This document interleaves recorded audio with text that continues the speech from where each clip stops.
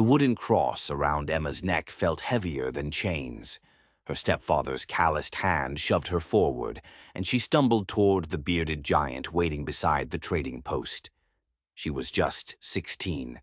Pure as mountain snow, her stepfather announced, his voice thick with whiskey and desperation, and strong enough for work. Emma's fingers clenched around the small carved cross. Her dying mother had pressed it into her palm 3 winters ago, a final, desperate prayer. The mountain man said nothing. His left cheek was a road map of violence, a jagged scar running from his temple to his jaw. He studied her with eyes the color of storm clouds, and his massive frame cast a shadow that seemed to swallow the afternoon sun. He wasn't just big, he was a force of nature. And behind him, 4 children stood like little ghosts. They ranged from maybe 5 to 12, their faces pinched with hunger and something deeper, something Emma recognized in the mirror every morning. Abandonment. $40, the mountain man said. His voice rumbled like distant thunder, a sound that seemed to shake the very ground beneath her feet. He never took his gaze from Emma's trembling form. She clutched the cross tighter, its worn edges biting into her palm. Her stepfather's greedy smile stretched wide as he snatched the coins from the giant's hand. Emma watched her last connection to family disappear into a stained leather pouch. The metallic clink of payment sealed her fate like the closing of a coffin lid. It was done. She was sold. The mountain man stepped forward. Emma flinched, bracing for a rough hand, a cruel grip. But his touch on her elbow was surprisingly gentle. He guided her toward a waiting wagon where the 4 silent children sat like gravestones. Their eyes reflected a weariness that matched the ache building in her own chest. "Name's Jacob," he said simply, helping her onto the wagon seat. His scarred hands were careful not to linger. "Emma," she whispered, through lips numb with shock and fear.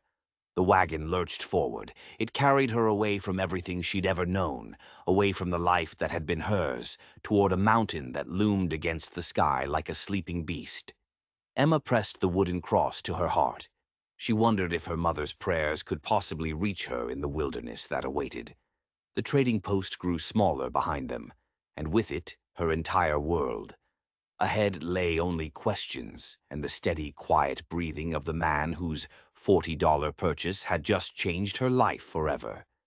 But as they left the last outpost of civilization behind, her stepfather, his face flush with whiskey and coin, leaned close to the wagon. He whispered 5 words into her ear that turned her blood to ice. "He's not buying a wife." His grin was pure evil. "He's buying a replacement." The mountain trail wound upward like a serpent's spine. Every turn revealed a view that should have stolen Emma's breath away, but fear had already done that. Jacob's 4 children remained silent as stones in the wagon bed behind her, their eyes fixed on the retreating world. The oldest, a girl with Jacob's same storm-gray eyes, finally spoke when they paused to rest the horses beside a rushing creek. Her voice carried the weight of someone who had seen too much, too soon. "I'm Sarah. These are my brothers, Tom and little Ben, and that's our sister, Mary." She pointed to each child. They all wore the same careful distance in their eyes, the same guarded expression that spoke of too many broken promises. Jacob watered the horses, his massive back turned to them. Emma sat on a fallen log, the wooden cross warm against her skin. Young Mary, maybe 7 years old, approached with hesitant steps, her tangled blonde hair catching the sunlight like spun gold. "Are you going to be our new mama?" Mary whispered. Emma's heart clenched. The hope flickering in the child's blue eyes was a fragile, beautiful thing. But Sarah was there in an instant, pulling her sister back with a sharp tug. "Don't get attached, Mary. You know what happens when we get attached." The words hit Emma like a physical blow. They hinted at a history of loss that explained the children's chilling composure. She found herself reaching for the cross as Jacob returned, his face as unreadable as granite. He lifted Mary into the wagon with a practiced ease that was almost tender. "How long since their mother?" Emma began quietly. Jacob's jaw tightened.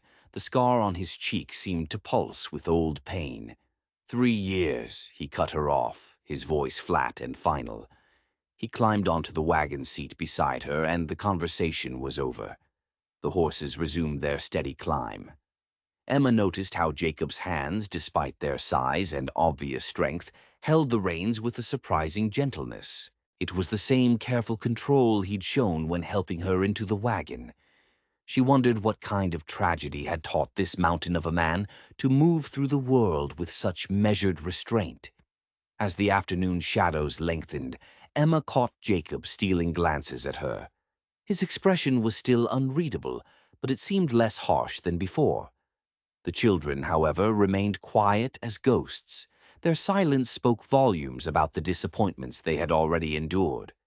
Just as the sun began to dip below the jagged peaks, the front wheel of the wagon snagged on a rock. The entire cart tilted violently, hanging precariously over the edge of a sheer drop. The children screamed. Emma cried out, grabbing for a handhold. But Jacob didn't even flinch.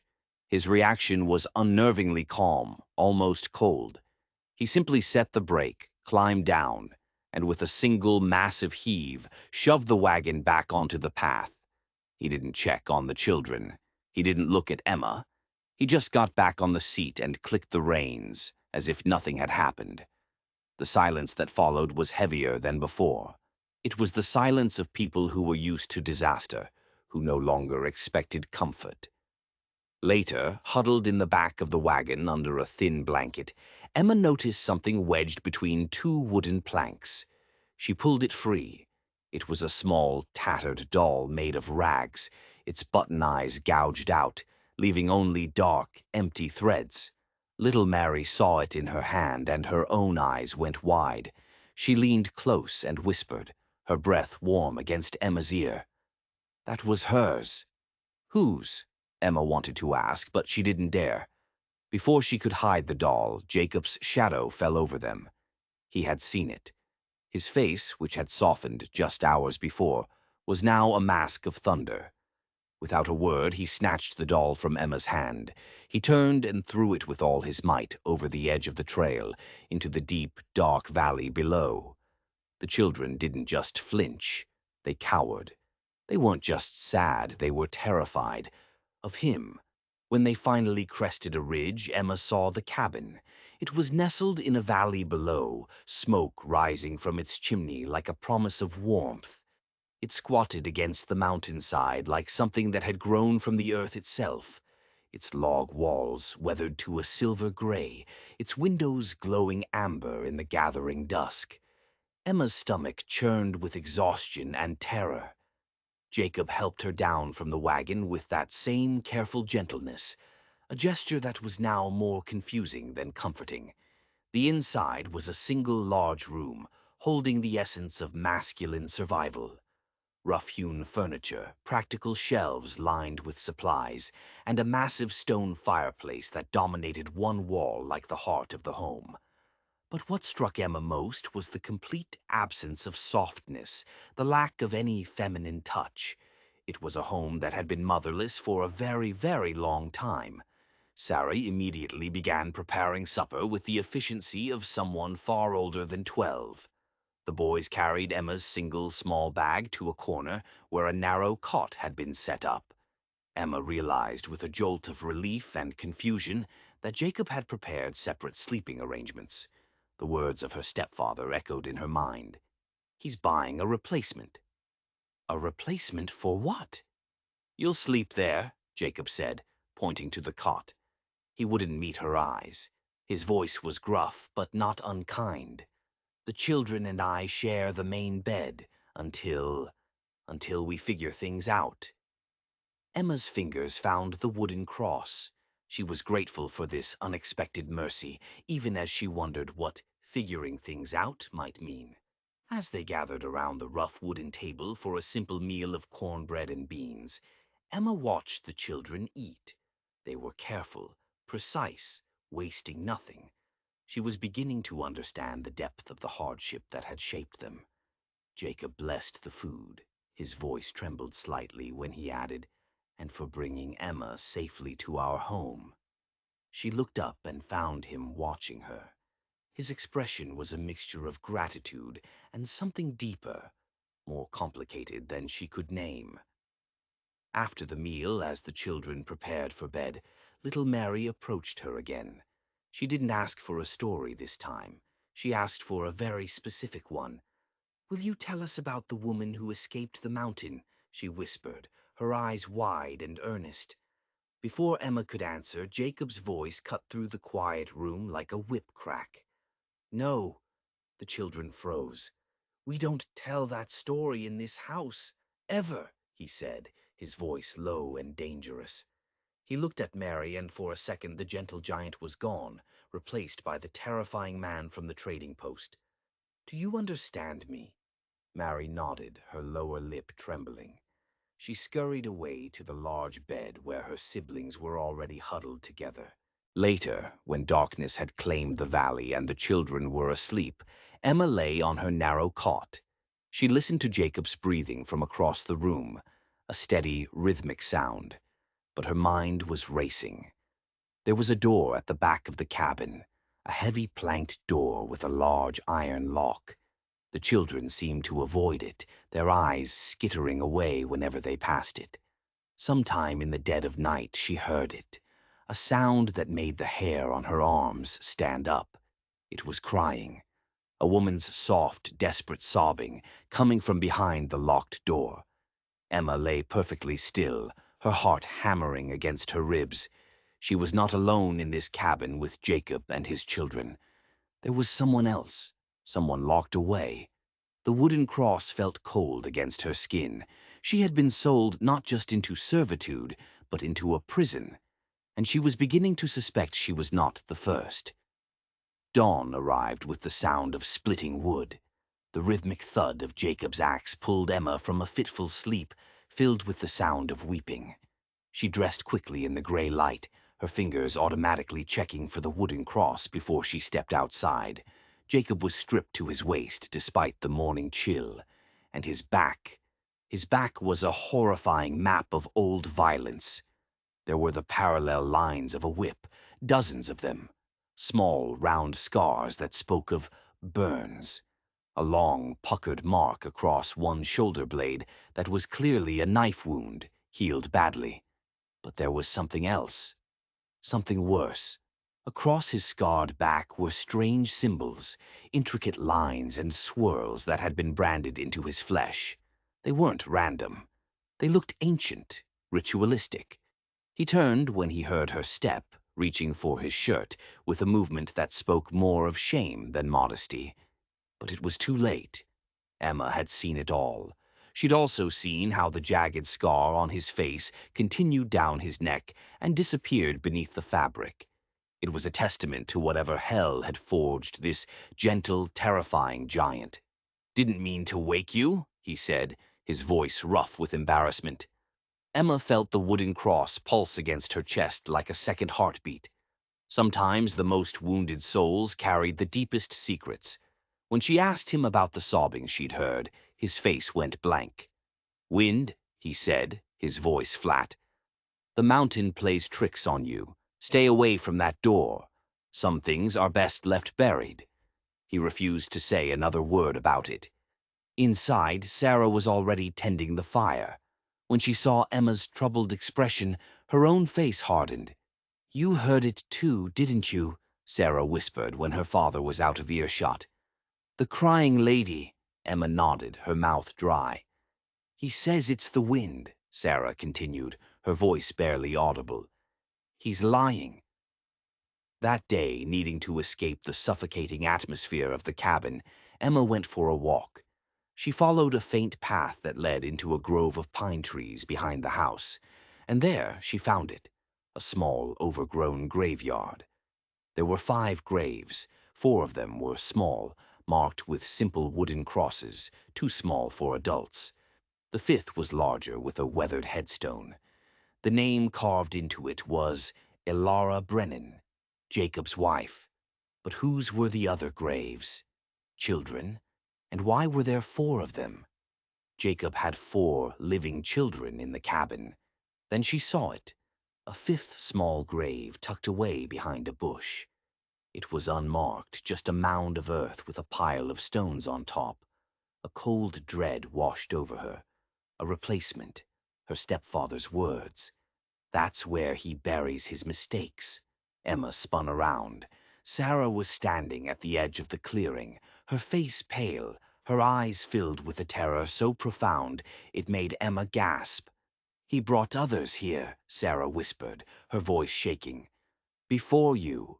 They tried to be our mother, but they weren't strong enough. The mountain didn't want them." "The mountain marked him," Mary had said. "What happened to them, Sarah?" Emma asked, her voice trembling. Sarah just shook her head, tears welling in her eyes. "He says they ran away, but they never take their things. He digs another hole." Emma looked from the unmarked grave to the locked door of the cabin. The crying she'd heard, the doll with its eyes gouged out. It all clicked into place with horrifying certainty. Jacob wasn't a grieving widower. He was a monster. And the crying lady in the locked room wasn't a ghost. She was his next victim. Or maybe she was the last one. Still alive. 3 weeks passed. 3 weeks of walking on eggshells, of smiling when she wanted to scream. Emma played the part of the dutiful bride, the caring mother. She told the children stories, mended their clothes, cooked their meals. All the while, she was planning her escape. She had to get the children away from him. She had to find out who was behind that locked door. But Jacob was always watching. His gentle eyes followed her everywhere. His kindness felt like a cage. Every night she lay awake listening for the crying, but it had stopped. The silence was somehow even more terrifying. Had the crying lady finally been silenced for good? One morning, as Emma was hanging washing on a line strung between 2 pine trees, she heard it. The sound of approaching horses. 3 riders crested the ridge. Their faces were hard, their hands resting on their gun belts. Jacob emerged from the cabin, his rifle in his hands. His massive frame was tense as a drawn bowstring. The children instinctively clustered behind Emma's skirts, their small hands gripping her dress. The lead rider had a sheriff's star glinting on his vest. But it was the man beside him that made Emma's blood run cold. He was tall and thin, with a cruel face and eyes like chips of ice. He looked at Jacob with a pure, undiluted hatred. "Jacob Brennan," the sheriff called out, his voice echoing in the valley. "You're under arrest." Emma's heart leaped. For what? For the women he'd buried behind his cabin. Was justice finally here? The sheriff's next words shattered her hope. "For the murder of Clayton Hayes and the burning of his ranch." Clayton Hayes. The name meant nothing to Emma, but the crime was 3 years old. Jacob had been here on this mountain for 3 years. "I told you 3 years ago I never touched Hayes or his property," Jacob roared back, his voice filled with pain and rage. "New evidence came to light," the sheriff said. The man with the cruel face smirked. "We found something in the ashes of the barn, something of yours." He held up a leather pouch. From it he pulled a small, wicked-looking knife with a handle carved from bone. Sarah gasped. Emma looked at her, confused. "That was Mama's," Sarah whispered, her face ashen. "He gave it to her." The world tilted. The knife didn't belong to Jacob. It belonged to his dead wife, Ilara. Why would it be at the scene of a murder? As the deputies moved to bind Jacob's hands, the cruel-faced man, who the sheriff called Blackwood, leaned in close to Emma. His breath smelled of tobacco and malice. "You should have run when you had the chance," he whispered, so only she could hear. "He can't protect you in jail." He wasn't just arresting a murderer. He was removing an obstacle. And then he added the words that confirmed her worst fears. The mountain always gets its due. You're next." The rope bit into Jacob's wrists as the sheriff bound his hands. The 4 children stood frozen, a perfect picture of abandonment that would haunt Emma's dreams. "Please," Emma found herself saying, stepping forward, the wooden cross clutched in her fist. "At least let me get his coat." It was a flimsy excuse, a desperate attempt to do something, but the lawman shook his head. Little Mary broke from Sarah's grip and ran to her father, wrapping her tiny arms around his legs. "Papa, don't leave us again," she sobbed. Jacob's scarred face crumbled. He tried to kneel, whispering, "Be good for Emma, little star. She'll take care of you now." He spoke as if he already knew he would never return. As the horses turned to leave, Emma felt the wooden cross burn against her palm. She was trapped between a man she believed was a killer of women and another man who had just threatened her life. But Blackwood's threat had changed everything. He hadn't said, "We'll get you." He'd said, "The mountain will get you." The same thing Sarah had said. The same thing Mary had whispered about Jacob's scars. There was a bigger secret here. A secret tied to this land, to Clayton Hayes, and to Jacob's dead wife. And now, to her. She made a decision that surprised her with its fierce certainty. "Sheriff, wait!" she called, running after the departing riders. "I'm coming with you. If Jacob is to be tried, he deserves someone to speak for him, and these children deserve to know their father fought for his innocence."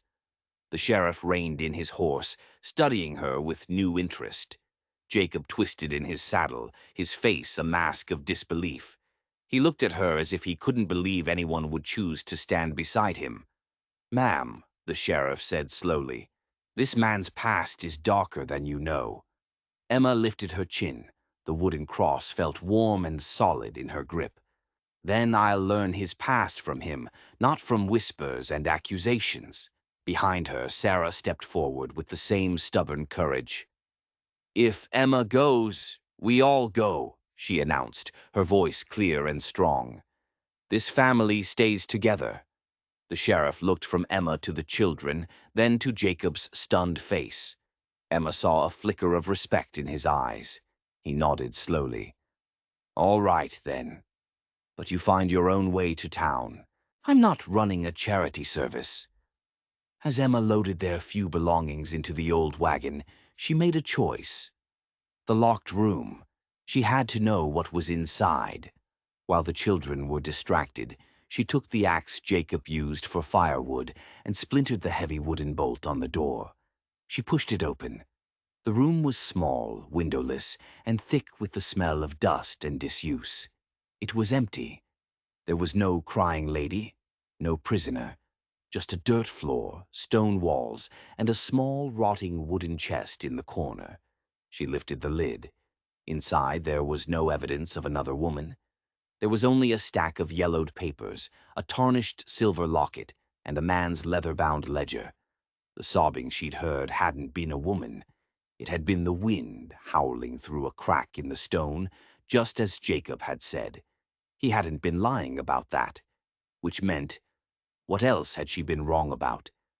The journey to the town of Cedar Falls was a nightmare.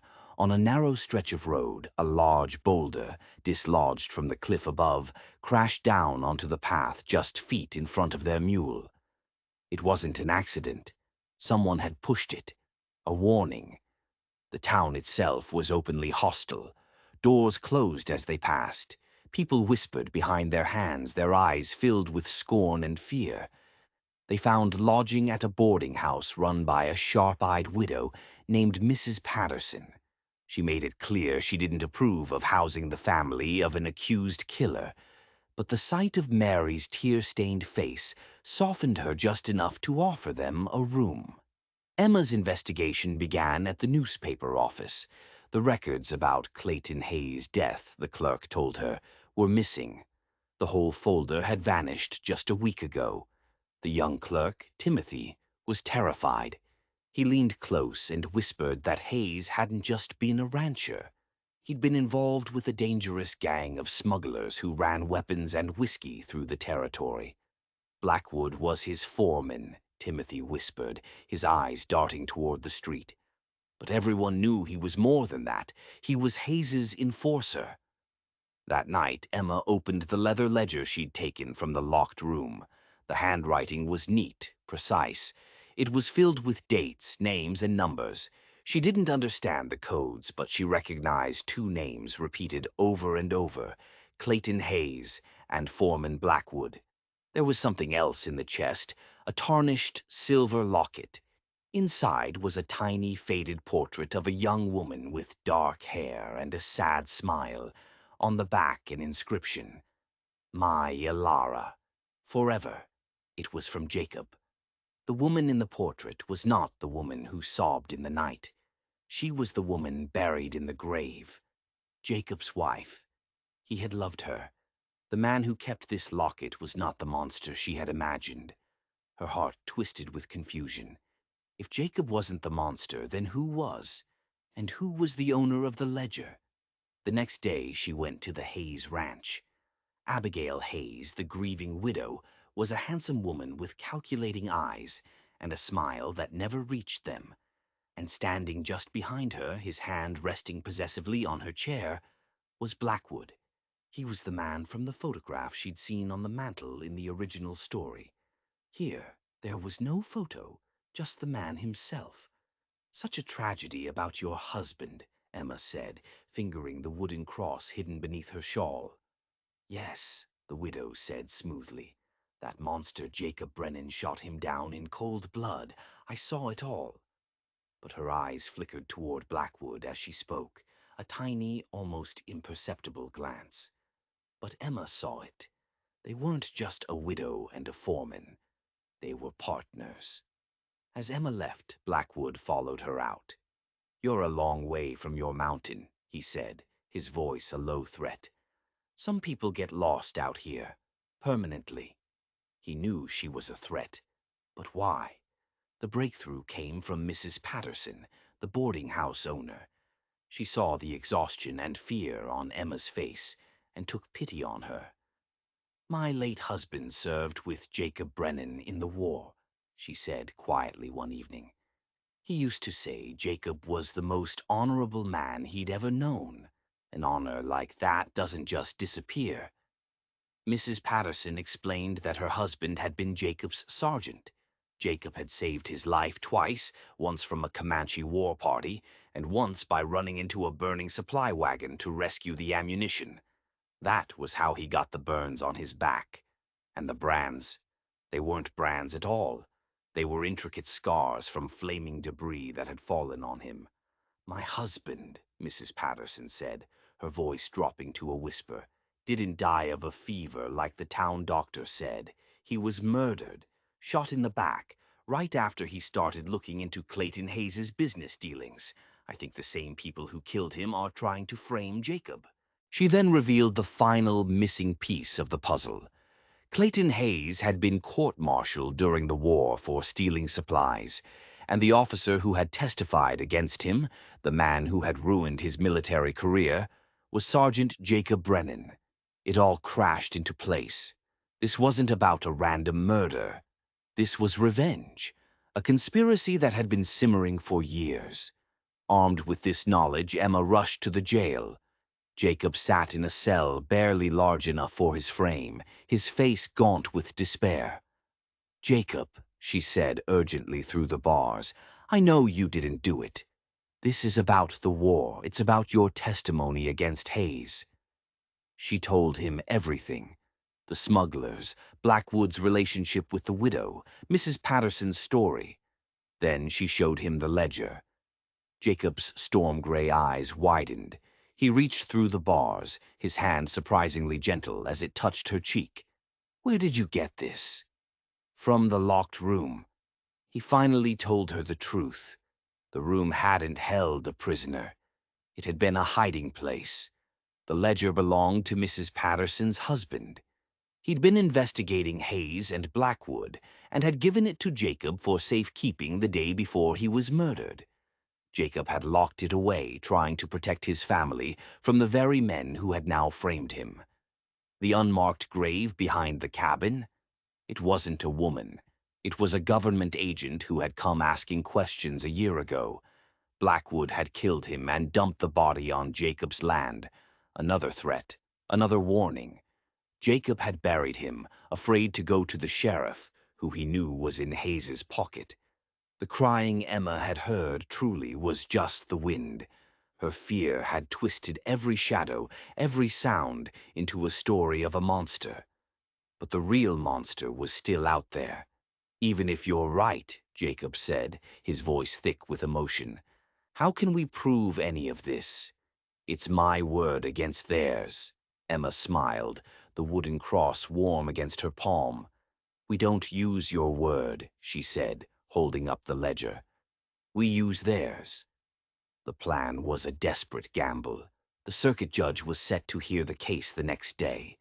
There would be no trial by jury, just a swift judgment. Emma knew she had only one chance.